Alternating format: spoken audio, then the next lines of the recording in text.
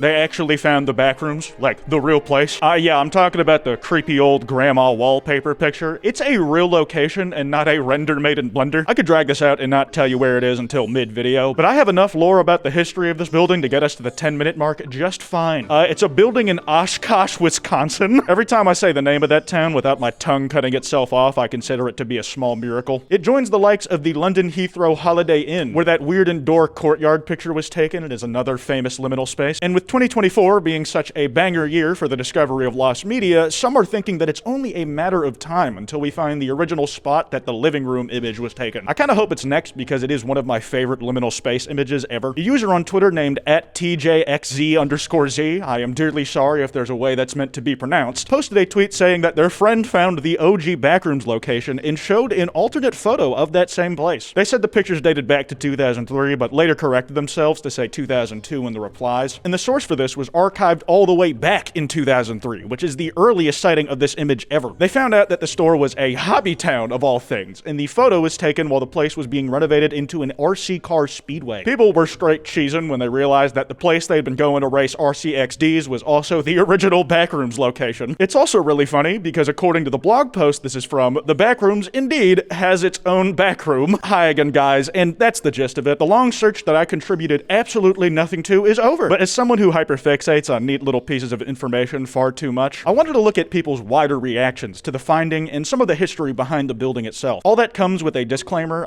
It's very easy to find exactly where this place is, but it's important to remember that this is a real place of business with real people running and going to it. So please be respectful of them and the space, especially if you decide to go for yourself. I can't stop you from doing it, just have some class. If you enjoy this video, this card at the end will take you to another one like it. Also, less than 20% of y'all are subscribed with notifications on. If you sub and hit the bell icon, you'll never miss an upload, and you can always undo it later. One of the funniest things I saw was on Wednesday, May 29th, somebody had documented a new oldest sighting of the image. It popped up in the wild on a random 4chan thread, and their discovery was the biggest breakthrough ever made about this image for all of 5 hours, at which point people found the OG. Even funnier, somebody found that same original image from the Hobbytown in Oshkosh website 5 fucking years ago. The link was apparently still live when they posted it, but has since died, and these images are really only available through the Wayback Machine now. Long may she reign. Side note, the name of this goddamn town has brought back an old stim of mine when Jid said some shit on his song surround sound like osh gosh bagosh pussy clot. So now I've been saying that without thinking in the aisles of my local CVS and getting angry stares from parents with their children. I am so cooked, man. The potential for that link being still accessible as late as 2019 drummed up some excitement, because even with the current findings, we do have some holes left in the info. The archive page from 2003, where people found the earliest source of the original Backrooms image, and that new one featuring the arches, had a ton of other pictures showing off the renovations at the time, but most of them have been completely lost to time, not making it to the archive.org servers. But if that link was still alive in 2019, there is hope that there are further images showing the state of the Backrooms location as it looked when that famous photo was taken. They might be floating around somewhere. There is something to this as well, because by using certain search functions, some folks were able to find more images on the Wayback Machine server. They mostly depict what the early racetracks were looking like, and honestly, with the way they use greens on that track, if you put on the right VHS filter and pee on the lens enough, this could probably pass as a liminal image on its own. This thing also had a fuck ton of iteration. Some other pictures people discovered from 2003 are of a dirt ground RC racetrack with yellow piping creating the lanes, all the way to now where the track looks like it's in some flat carpeted flooring. Jumping off from that, these days the Backrooms location is a hobby town RC car place, which is absolutely kitted out with everything I could imagine you'd want in that hobby, meaning that this building in Wisconsin is successfully propping up two very niche but sick as fuck interests. To me, the load-bearing poles in the racetrack area of the building look like what the arches in the old image could have been, but there's apparently some debate over which room the photo was actually taken in. You see, the RC car place makes up the majority of the actual building that the picture was taken in, but some people say that the photo itself was taken in the part of the building operated by the tenant next to it, which is actually a furniture store. If that's the case, it's actually kind of cool, because that means they are carrying on the Backrooms building's original legacy. Like I said, I'm fixated on this shit. The autism has been rearing its pretty little head these last few days, because before it was a hobby town, this bitch actually used to be a big-ass furniture store. Somebody found out that it was apparently called Roner's and was like that for decades. They even found an ad where a black and white photo was taken of the store at the time. It almost makes the place look homely. A lot of creep factor gets taken out when you put a bunch of nice-looking interior design elements. The building originally being a furniture store kind of also explains those walls being put up in seemingly random places, because they can act as sort of staging areas for how the furniture might look in your house. house. Thing is, the rabbit hole goes way deeper. The Viathan guy who found the Roner store stuff was kind enough to share their methods. They said they looked up the address of the location on newspaper.com, an archival website that I just so happen to have a subscription to from researching for the Bash Pro Pyramid. But this address in Oshkosh specifically goes back over a century. This place has a history and went on to keep shumming out 100 years down the line. Before I get too far into the video and delve too deep in the hole though, I did want to spotlight the fact that the current Hobbytown location responded to this entire thing, and it's actually really sweet. Your Oshkosh building, come to find out, is weirdly and awesomely famous on the internet for a picture that was taken there a long time ago. A genre of photos called liminal spaces and backrooms that are both nostalgic and a little weird. It's fascinating stuff and pretty fun. The pic above is apparently a very important one to the community, as it is the original backroom example. Kinda cool. I just really fuck with the whole tone of that thing. The business has been around for decades at this point, and the old people ellipses are kind of a self-report to being typed by an old person. So I would imagine that the folks running it have been around for a while, but their description of liminal spaces is actually pretty spot on. The homies did their research properly and found that they have some of the same interests that we on the internet have. I just love seeing media and culture spread joy across generations and demographics. Okay, back on track. Starting with the exterior of the building, in the first 48 hours of people finding out that the Backrooms was a real location, of course, plenty folk went visiting it. One dude was bummed that it was closed, but it's still dope that it actually exists. And I again want to reiterate the importance of respecting the fact that it is a real space, a place where people conduct business and live their lives. The info on where this is out there, and I cannot stop y'all from going directly. Hell, I'll admit I even had the knee-jerk impulse to go myself, but if you do, please be courteous and don't disrupt the shit they got going on over there. Please become normal, at least for this, if you won't at any other point in your life. But going back to that Roner's era of the Backrooms, images exist of the exterior as it looked back in the 70s and 80s when they were still the occupying tenants. But the history of these two outlets go back to before the First World War. There is a lot to go through, and this ain't one of my hour-and-a-half long deep dives, so let me just give y'all some of the ones that caught my eye. There are certain entries I saw that I'm not sure about, because when looking up the address, sometimes the thing that search registered as an 8 in the address looks more like a 3 to me. But if it was right on that, that means this thing goes back to the 19th century. But the earliest mention I found that I can confidently say was about the current address of the former Backrooms building was in 1911, where the electric shoe repairing company was advertising their services, a company that seemed to have stayed the main tenants of that particular area for quite some time. In 1913, literally the year before Franz Ferdinand got his shit rocked, the building on the left was the Oregon Street Food Store. In 1920, the Oshkosh Northwestern newspaper advertises the same building as a tailoring store. I'm sorry to those fruit sellers who didn't even get a decade-long run. That's just how they did gay people back in the day. By 1926, the store on the right was still a shoe store, and you could get $1 off a pair of men's Oxfords back when $1 was worth shit. Fast forward to 1941, and by now, the shoe store has unfortunately been kicked, lol, to the curb. And now EW Tank Electric Company, which served General Electric and Hot Point appliances, is the new kid on the block. In 1951, that place was a jewelry store where apparently it and a bunch of other jewelry places closed for 3 months, which I don't particularly care about, but it made me laugh because the dude who owned its name was apparently Cum Rich Jeweler. Cum Rich is how I describe my butthole on most days. Going into the next few decades, you can see where the tenant on the left becomes that Roner's furniture store, and the story as it's been told up till now becomes much more apparent. Now at this junction, I want the last section of this video to talk on a more pervasive topic that colors the concepts of the Backrooms as a whole. It's a discussion I see get brought up throughout the time I've seen the Backrooms in public consciousness. One of the biggest tweets I saw in reaction to the original Backrooms being discovered was this one right here. I still maintain that the SCP-ification of the Backrooms fundamentally missed the point and ruined the concept. Backrooms is scarier without a monster motherfuckers when a mountain lion finds them while lost in a forest. I don't even necessarily disagree with the original point on the whole. I also find the endless liminal space motif with no monsters roaming around it to be a more foreboding thought. It's like the active fear of being hunted in the most dangerous game versus the existential dread of white room torture. That said, I do think it's a pretty limiting way to look at concepts like this. The idea that the Backrooms was ruined by people twisting the lore around and adding an uncountable amount of stuff on top, I just don't agree with. Like the same person who tweeted that SCP-ification thing attached this meme in the replies. Why are you booing me? I'm right! The Backrooms, a seemingly endless liminal space evoking loneliness and despair versus a multi-level playground inhabited by kids' monster OCs. And yeah, honestly, I do find the original concept more compelling as a concept, but also, yeah, I think it's cool that it created a platform for a lot of young creatives to have fun and put their own shit on top of. I just think it's a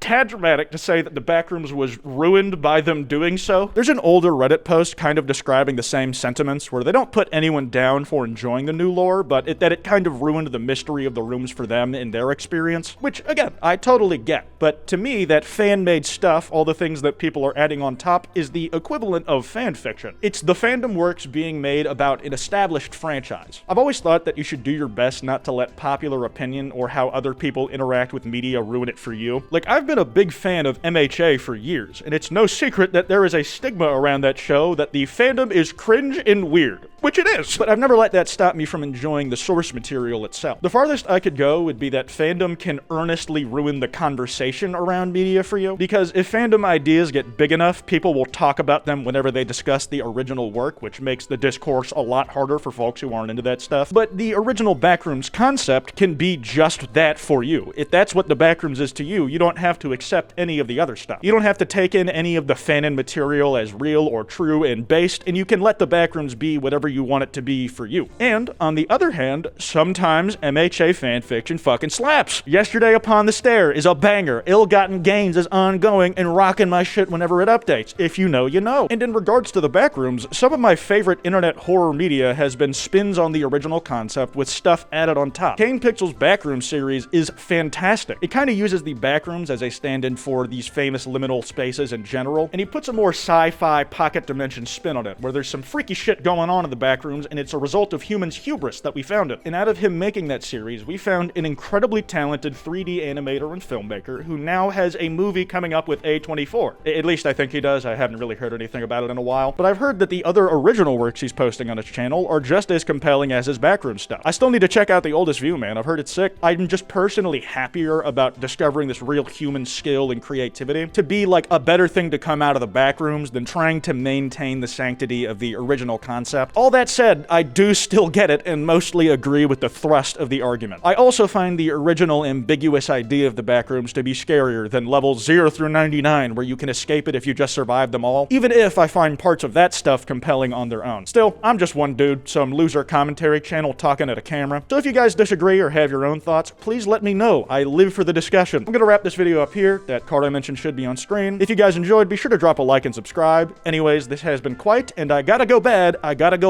to the bathroom.